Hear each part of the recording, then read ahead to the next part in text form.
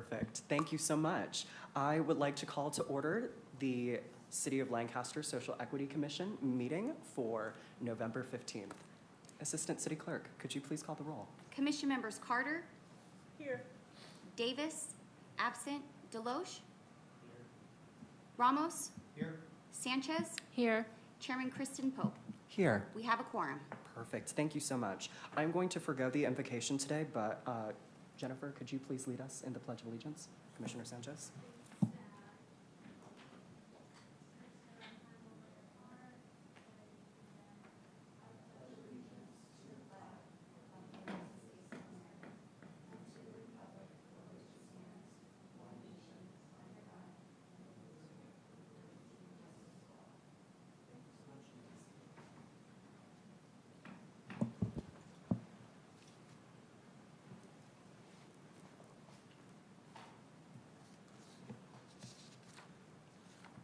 So before we have our presenter come up today, there is something that has happened in the community that has prompted this discussion and conversation.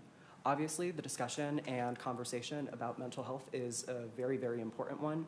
We recently have lost members of the Los Angeles County Sheriff's Department to suicide, and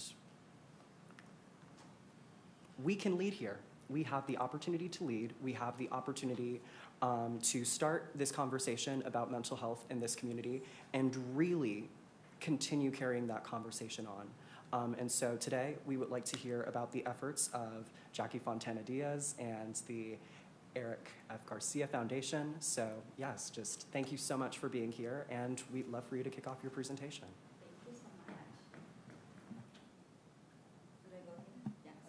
Yes, absolutely. Good evening, council members. Thank you so much for this. And is your mic on? Oh, yeah, I think so. Oh, Awesome, it's just perfect. me. There we go. But thank you so much, council members. It's a pleasure being here with you guys tonight. My name is Jacqueline Diaz Fontana, and I have my nonprofit, which is Eric A. Garcia URNO Foundation. The reason of my nonprofit is my son, Eric. So this is Eric. This was his high school picture. I'm so glad I could make this happen. It was hard to pay for those pictures, but I'm so happy I did it because now it's the biggest treasure in my life. My son Eric, as you see him here, he was always smiling, happy, outgoing. He finished to become a mechanic back in April 2017.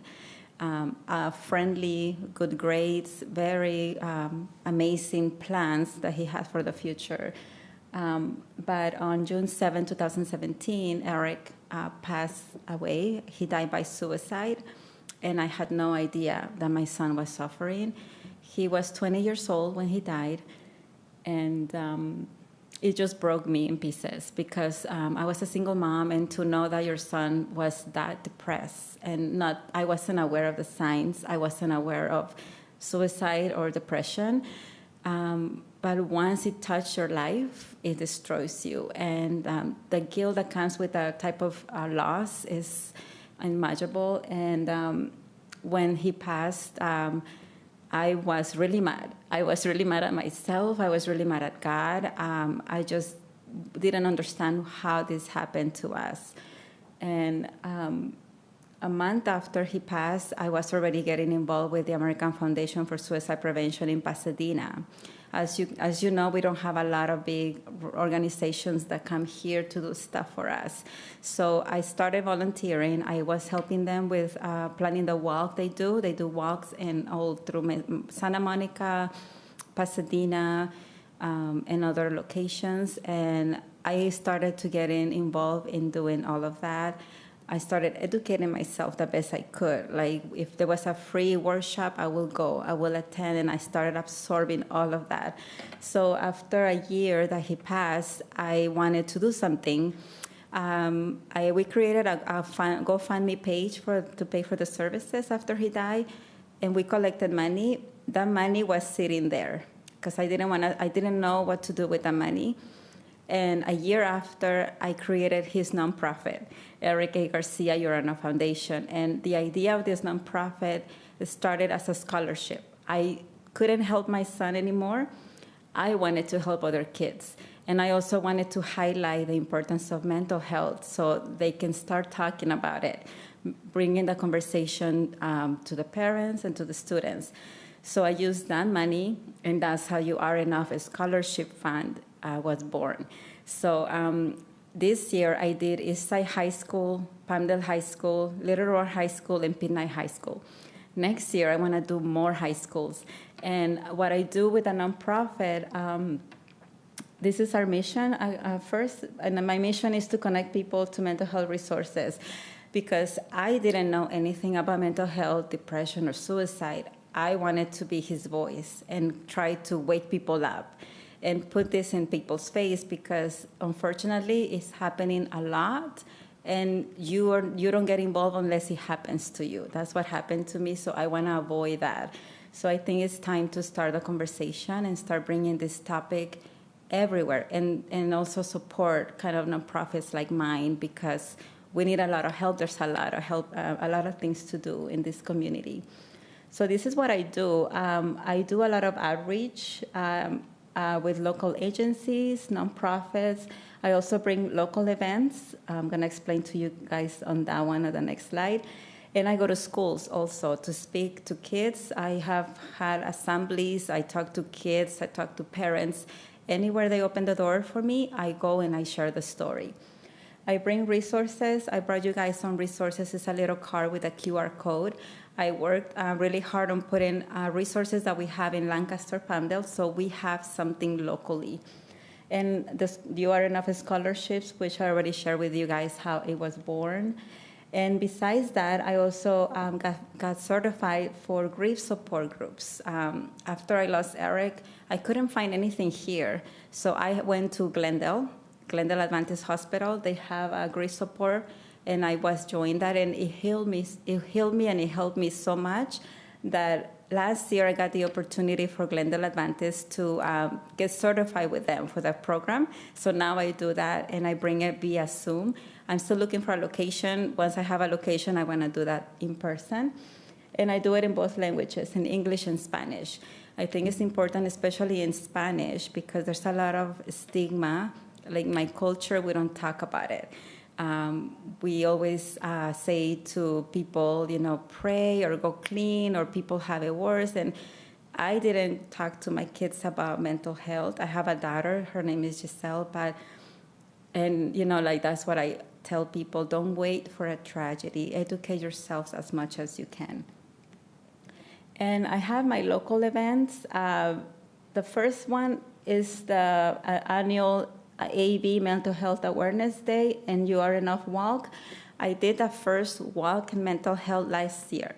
It was on October 1st, 2022. And I'm so happy I accomplished that, because before my walk, there were no walks for mental health. They are in Pasadena, in Los Angeles. So the knowledge that I gained from the American Foundation for Suicide Prevention, and by the way, I'm still a volunteer. I really have a good connection in relationship with them. And I asked them if we could bring this walk with them here, but they say they just couldn't. They didn't have enough volunteers. So I told them, okay, then I'm going to do it myself. And I'm so happy I did that, because I'm not alone. There's a lot of people suffering, and a lot of people that have lost someone by suicide.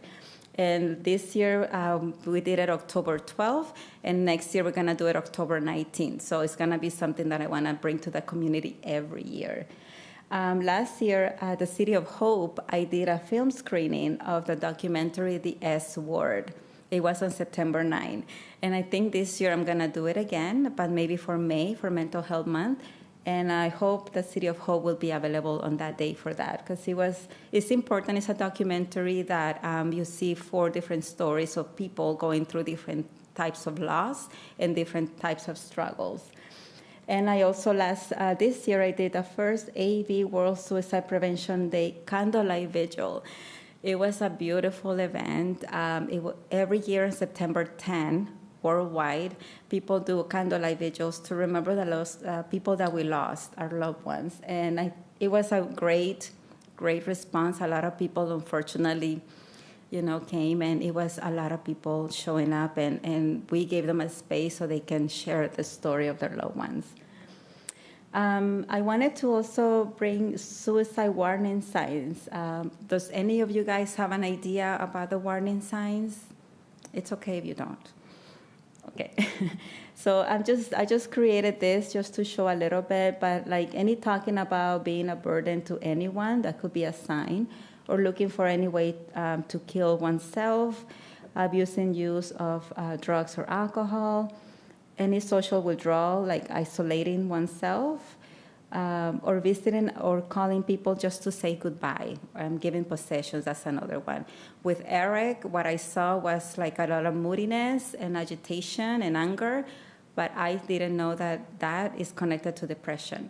So now I tell parents, don't just think that it's because they're teenagers, because that's what I used to think. Now you have to really sit down and say what's going on, what is happening, why are you mad, or why are you depressed? You need to start asking that question. And also, of course, there's risk factors. Like in schools, unfortunately, there's a lot of bullying. Also in adulthood, believe it or not, I see a lot of bullying. Relationship problems, that's a big one for kids, when a breakup or something that can really destroy them morally. Poor social support, death of a loved one, any physical, mental abuse, financial worries, any serious or chronic medical illness, any mental health issue, or any also access to firearms. So those are some of the risk factors. There's also myths, like people who talk about suicide won't really do it, but actually they are saying something is because they are reaching out in a way. Talking about suicide may give someone the idea. I get a lot of parents scared for that, but I tell them, we talk about them about drugs and sex. Doesn't mean they're gonna go do it, so we need to also include mental health, depression, and learn about suicide.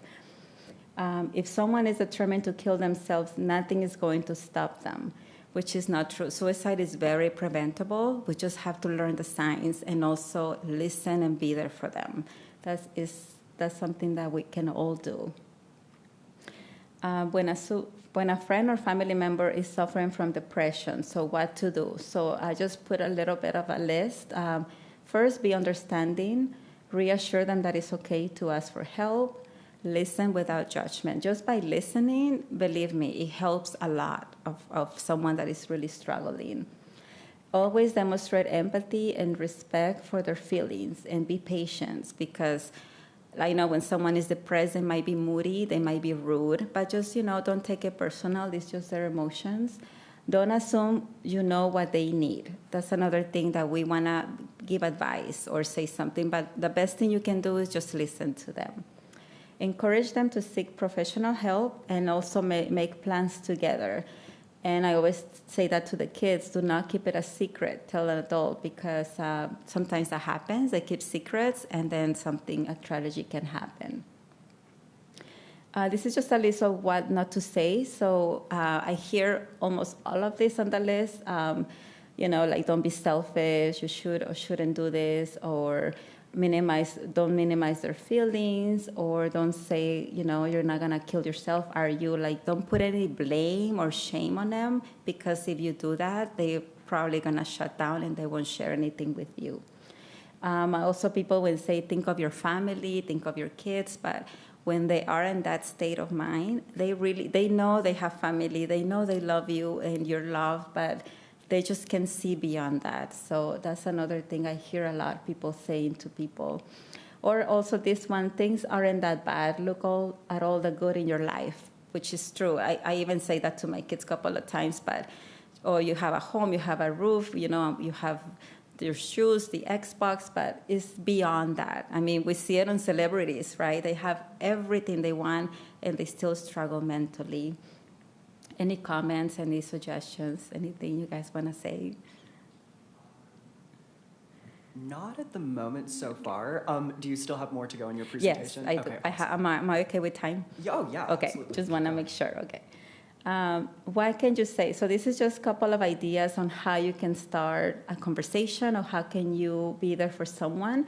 So you can always say, when did you begin feeling like this? Did something happen to make you start feeling this way? Or how can I best support you right now? or if they're saying something, you can say, okay, that must be hard, like acknowledge their feelings. Or it sounds like you're really frustrated, or have you thought about getting help? I want you to leave. That's a powerful one, and just a simple one. If you just say that to someone, that can really make them feel that you care for them. And maybe I don't understand how you feel, but I am here to listen. That's another one too, because I myself haven't been in that state of mind of killing myself, so I cannot really relate to someone. So don't say I know how you feel, because you really don't know how you feel, unless, of course, you've been in that moment. And then if you need to ask the question to help someone, you can just, if you don't want to be that direct, saying, are you thinking of killing yourself? You can say to them, are you thinking of hurting yourself or harming yourself, or what are you thinking to do? Things like that. Depends on the relationship that you have with a person that is in crisis. You can just, depending on that relationship, you can choose what to say. And make sure you get them help and do not leave them alone. Now we have the emergency, the crisis number, the 988. So that one you can text, you can chat, and you can also go online and chat with someone. So this is just what mental health is. So mental health is worthy of your attention. It's necessary to prioritize it. Suicide is the second leading cause of death between ages 10 to 34. Second one. So men die by suicide more than women, and we're in this society that we expect a lot for a man. So I'm a big advocate for men, because I feel that they're shadowed a lot sometimes, and that's what I wanted to keep Eric's name on the nonprofit, because I want to do more and I want to bring more awareness, because men are dying more than women, unfortunately, by suicide. Mental health is something everyone needs to look after. Don't wait until you're in crisis, or if you know someone is depressed. I think it's something that we need to talk every day. Thanksgiving is coming, so please make sure you ask your loved ones, how are you doing mentally? Or, you know what I mean? It's something that we need to really address.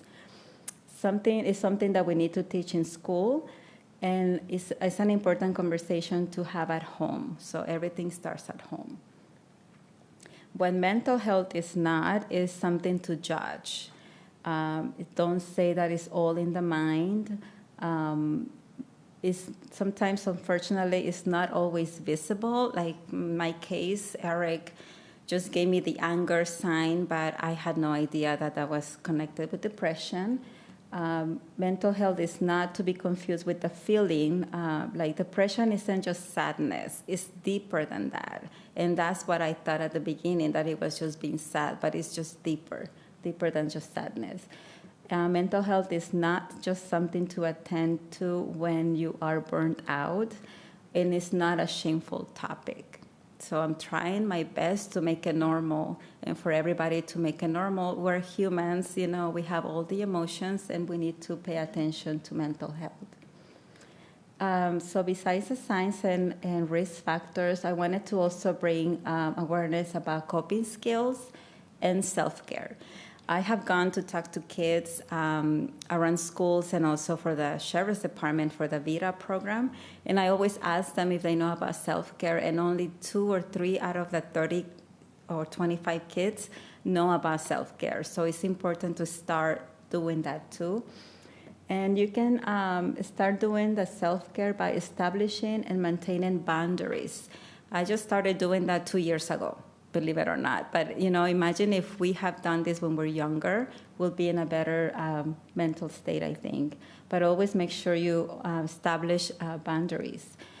Practicing relaxation strategies such as deep breathing, meditation, and mindfulness. Make sure you get regular physical activity. Understand your triggers to distressing emotions. Take a nap or a warm bath if you need to, if you're feeling you get into that state, and practice flexibility. Go with the flow. That's something I had to do today. I had to go with the flow. I was running a little late, but I had to calm down and I'm human, and it's okay.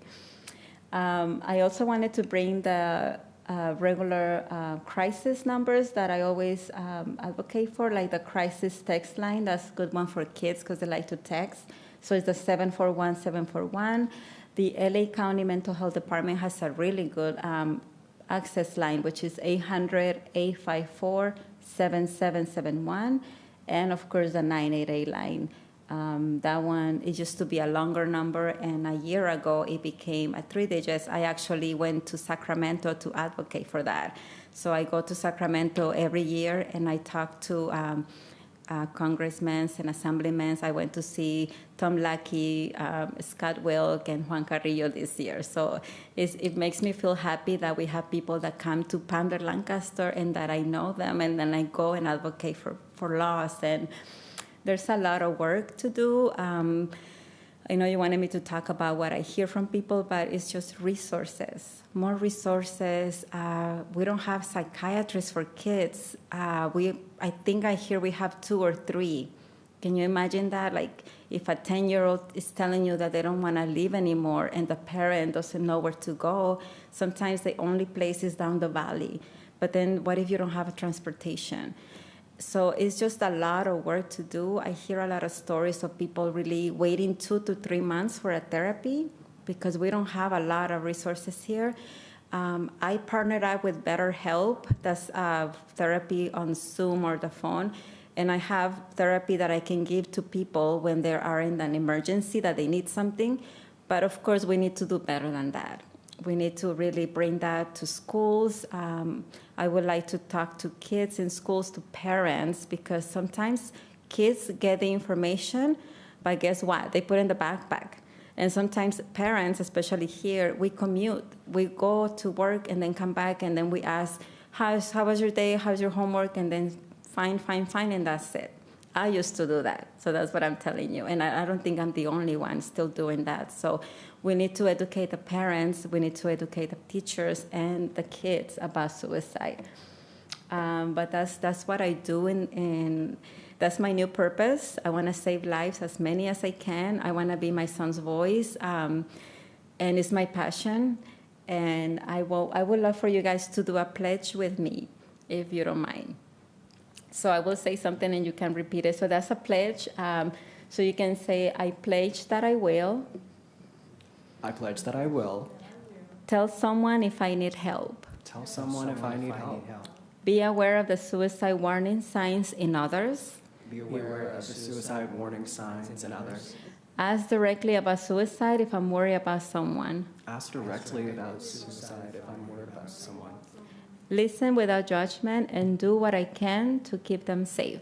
Listen without judgment and do what I can to keep people safe. Thank you so much for saying that. And that's all I have. And I hope we can work together. I would love to go to all the events. And I always bring a table full of resources. I talk to a lot of people. I just, I want this, my bad experience and losing my son, to mean something. And I'm sorry if I get emotional, but thank you for your time.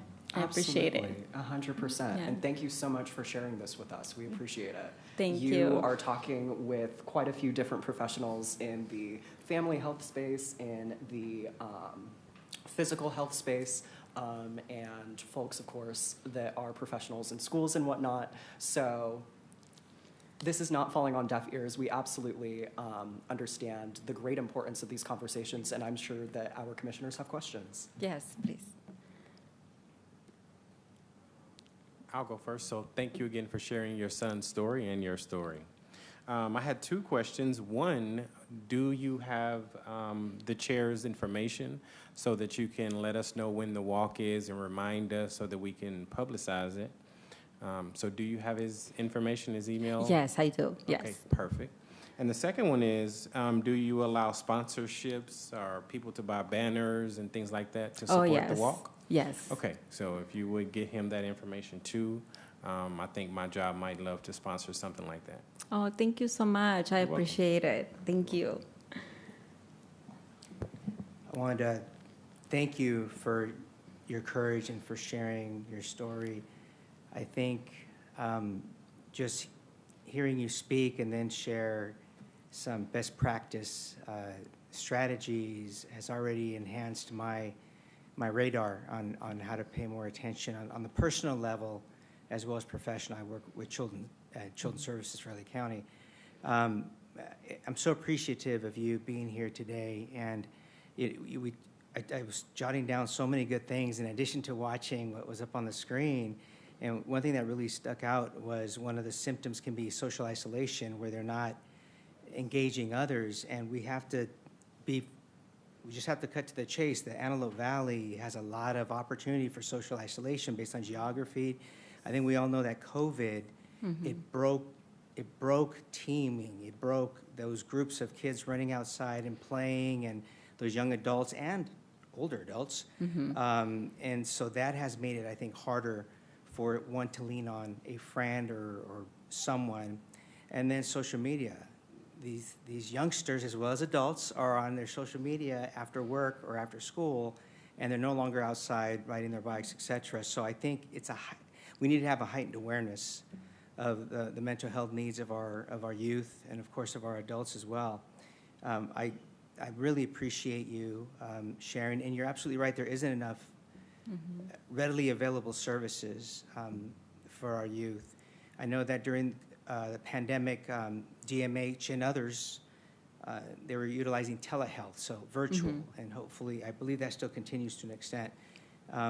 But you're an inspiration, and October 19th is what I wrote down. So Thank you. for next Thank you year. so much. So definitely, and Commissioner Deloche, thank you for looking into the possibility of supporting with some, maybe helping with the banner, et cetera. But you've really impacted me, and I just want to thank you for being here today.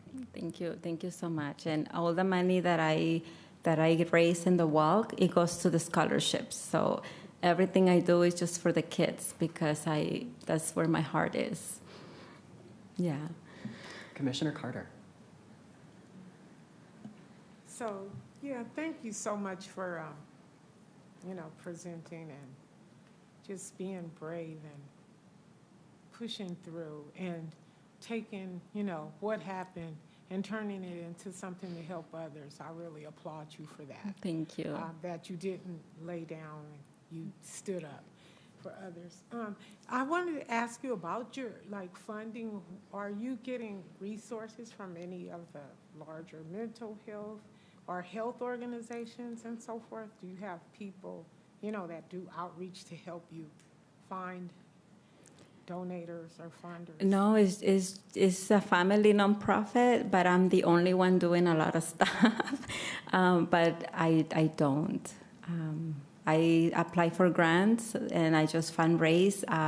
Sometimes I get the grant, sometimes I don't, and sometimes it comes out of my pocket. Yeah, just to help, Yeah. So, again, please provide your information. I would like to try to at least connect you with some larger organizations that could fund your program. It's very much needed. I think something that's good in healthcare world right now is they are taking more of a look and taking steps, because we know that mental health impacts everything. It's pretty much foundational even to your physical health. Yes. So a lot of these organizations that are healthcare, big brand healthcare organizations, really are putting forth a lot of effort into mental health. And just really our young people, our children are the future. Right. And I know you help everybody, but this is great too that you're driven to support the youth and younger people too. Yes. This is important. So yeah, I really would like to try to work to help you connect with. Oh, thank you. Thank you so much. I will appreciate that a lot. Thank you. Thank you. Thank you for being brave, and thank you for doing what you're doing. Thank you. Yeah, I couldn't stay in the bitter mind. I'm like, no, I have to do something, Like, I wish I would have seen this when my son was alive, but I didn't, and it just had to happen that way. It's probably my purpose now, but every day I just want to make a change. Thank you. Thank you. Thank you for being here today, and thank you for everything you do. I do have a question about your grief groups. Do you have a referral process or a phone number you call, or how do the community members access that resource? Yes, so what I do is I have my website, I put it on the website, and also Facebook or Instagram, and also send it to other organizations so they can share it. I think I'm going to do one for December for the holidays because, as you know, a lot of people are not also happy about the holidays, especially when losing someone, or even after COVID, more people are grieving. It could be a change. Maybe they lost a house or they lost a job, different kind of grief. So I'm doing a grief for holiday. So yeah, I put it on a website and Facebook and Instagram for when I do that. That was my only question. Thank you. Oh, thank you. Thank you. Don't want to keep you up here for too long, but I just deeply appreciate the fact that you came here to have this conversation with us. Obviously, a lot of the conversations that we're having are happening on the backdrop of, as you said, COVID, social isolation, fact that people are losing so many of the important people in their life. And it is almost impossible for a brain to navigate its way through that without help. And we know that obviously mental health concerns, they affect the physicality of the brain, they affect the physicality of the body, and more importantly, it affects our overall community health. And so I just really thank you for coming here today to have this important conversation with us about community health. We have got to ensure that more of our community members are getting out of their houses, talking with each other and whatnot. I know that there are already initiatives for that happening with the city, but I know that we can always do more. So I greatly appreciate you coming here and talking with us about this, and we are going to move the needle forward. I think that you have heard that all of our commissioners are very dedicated to ensuring that we are making progress here on ensuring that there are more resources and more community infrastructure for people that are dealing with mental health concerns in the AVs. So Yes. just thank you so much. my I gosh. have deep appreciation for you, so thank you. Thank you for giving me this opportunity, and let's work together for our kids, our community. Everyone has a story. I'm sure, other people have stories, and just be kind. Let's be kind to each other. I think it's time to be kind. Thank you. Thank you.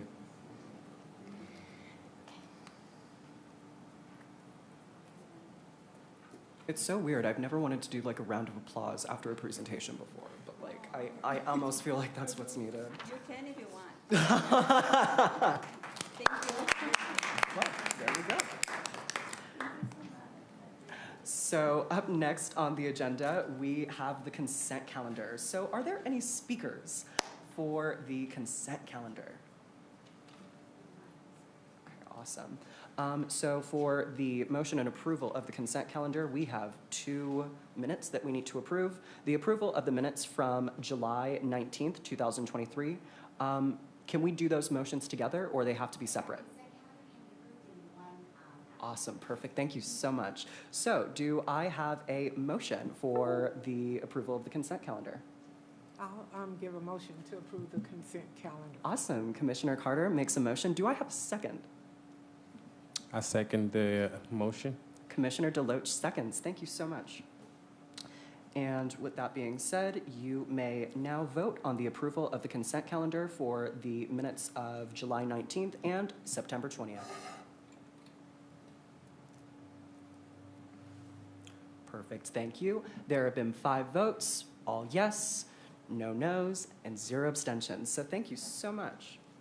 Now, as we are, I'm sure, aware, there are quite a few community months that are coming up over the next few months, and one of them is Black History Month. And so I just wanted to open this conversation up to see if anyone had any proposed ideas for action items for the commission to do, take lead on, participate in for Black History Month.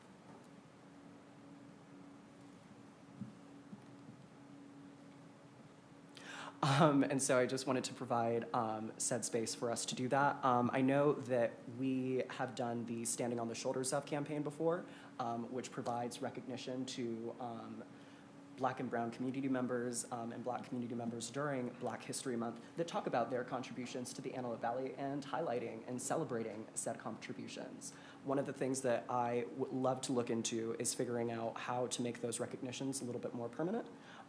So that is just one personal idea that I have. However, I am open to any others. In addition to that, we don't have to finish this conversation right now. We can move this on to December. I just wanted to make sure that we had provided that space for us to do that. Commissioner Carter? I'm going to flash back to the Peace, Love, and Skate because I know that they came to us a little late last year. They wanted to do something for Black History Month, but I don't remember exactly what that whole venue was, but maybe we can reach out to them and possibly do whatever it was they wanted to do last year, but we're a little too late for it. We can. And what month was that? February. Okay, yeah, February. Okay, awesome. They came to us a little late and presented. It was like too late to do anything for the Black History Month, but yeah. So peace, love, and skating. Well, I love peace, I love love, and I love people getting out of their houses. So yes. Would love to have a conversation with you about that. So yes, please provide me with their information. Okay. Anyone else?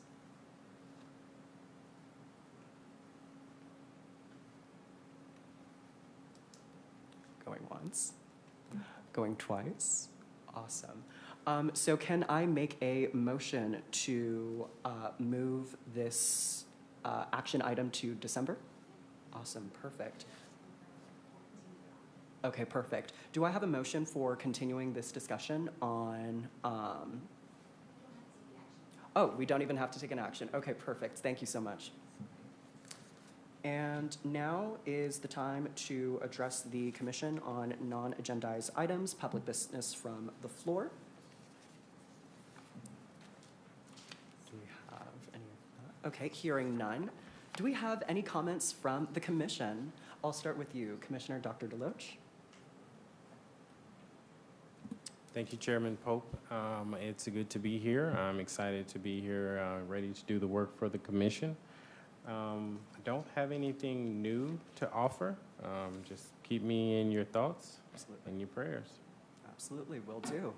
Commissioner Ramos. Still really resonating from the presentation we just had and how amazing it is that we have community members that are here to push the right agenda and to move forward in a strength-based manner to support our community. But I don't have any additional thoughts at this moment. Okay, no problem. Commissioner Carter. Thank you, Chairman Pope.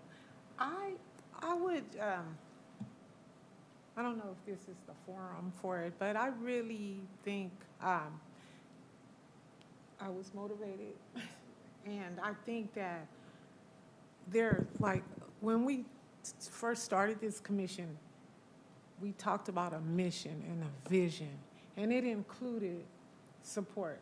Yes, absolutely. And I think it's a time for us to really look at our vision and our mission statement again, and just really look at it and think of all of the people that have come to us throughout this year, and really try to turn some of these into projects for our commission. I would love to make it a project where we are really taking steps, lining up some strategy, and really putting in place some kind of metrics or key success indicators so that we know when we have presenters like Ms. Eric here, and we really not only hear this great work that people like her are doing, but we are somehow contributing to the forward going or the growth of or the spread. And so I think that's really what I want to say is I really revisit our mission, revisit our vision, and take some action. Yeah. I definitely appreciate what you're saying, especially just from like a community health perspective. Like as you were talking about that, like the only thing that I was kind of thinking about was like the community health like portion of it, just because I know that affects like so much of the people in our community, so much of the outcomes that we receive with our institutions, X, Y, and Z. So no, absolutely. I do think that there should be those strategies and metrics and whatnot in place, and I am absolutely open to going back to some of that founding stuff and really making sure that we are honing in on that work from a community health perspective. Absolutely. Commissioner Sanchez. I just want to thank our presenter for being here today. Last month, or our last meeting, Mr. Nigel Hawley came and presented on all the youth programs we have out here in the Antelope Valley. Incredible and we had presentation. our Youth for Justice. Last week, we were able to service 200 students in the Antelope Valley Union High School District. It was a success, and the goal with that event was to introduce our students in the Antelope Valley, our high school students in the Antelope Valley, to careers in the justice system. We had a lot of different agencies there. We had LASD, we had the FBI, Homeland Security, National Park Services, and the list just went on, and it was a great event.